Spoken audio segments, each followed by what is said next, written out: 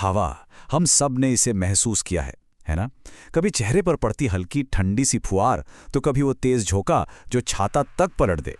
पर कभी सोचा है कि यही हवा जो दिखाई भी नहीं देती, इतनी ताकतवर कैसे हो जाती है, इतनी कि बड़े बड़े पेड़ और घर तक उखाड़ फेंके? तो आज इसी हवा के सफर को समझते हैं, इसके शांत रूप से लेकर इसके तूफानी अंदाज तक। हाँ, ये नज़ारा कितना आम है ना। हवा चल रही है, पत्ते उड़ रहे हैं, इतना नॉर्मल है कि हम इस पर ध्यान तक नहीं देते। लेकिन पता है, कुदरत की सबसे बड़ी ताकतें अक्सर ऐसी ही सीधी साधी चीज़ों में छिपी होती हैं। तो फिर असली सवाल तो यही उठता है कि इस शांत सी दिखने वाली हवा में इतनी ज़बरदस्त ताकत आती कहाँ से है? मतलब कैसे ये एक खतरनाक तूफान या चक्रवात बन जाती है? चलिए आज इसी रहस्य को समझने की कोशिश करते हैं। तो देखिए, आज हम क्या क्या जानने वाले हैं। सबसे पहले बात करेंगे हवा के उस छिपे हुए फोर्स की, जिसे एयर प्रेशर कहते हैं। फिर देखेंगे कि यही प्रेशर कैसे हवा को चलाता है, मतलब पवन बनाता है।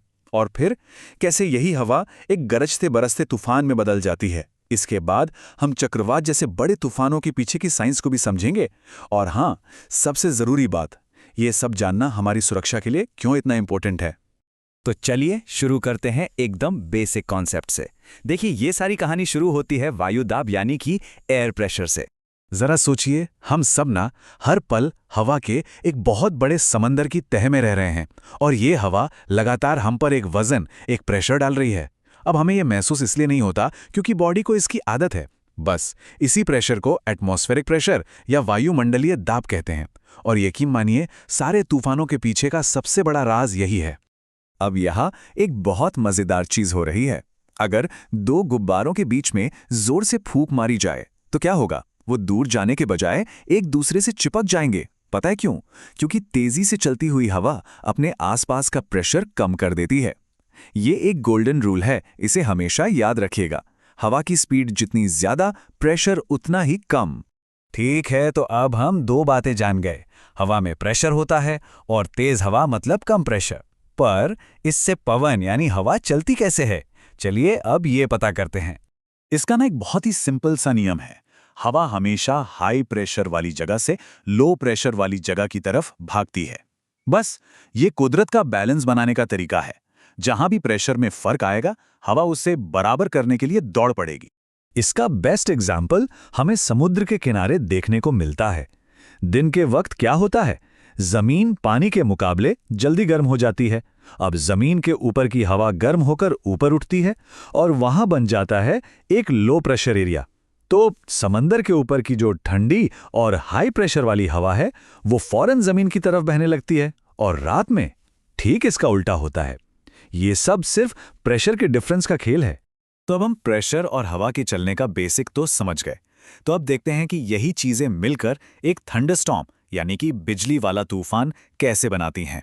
सोचिए, एक तूफान बनाने की एक रेसिपी है और इसके लिए सिर्फ 3 चीजें चाहिए।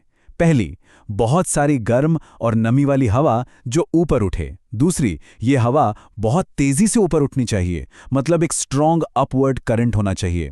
और तीसरी चीज, जैसे ही ये हवा ऊपर जाती है, पानी की बूंदें और बर्फ के छोटे छोटे टुकड़े आपस में टकराते हैं, बिल्कुल वैसे ही जैसे हम सर्दियों में हाथ रगड़ते हैं। और इसी टकराव से बनता है चार्ज यानी बिजली। अब देखिए बादलों के अंदर का सीन। इस टकराव की वजह से बादल एक जायंट बैटरी जैसा बन जाता है। मतलब एक तरफ पॉजिटिव चार्ज जमा हो जाता है और दूसरी तरफ नेगेटिव।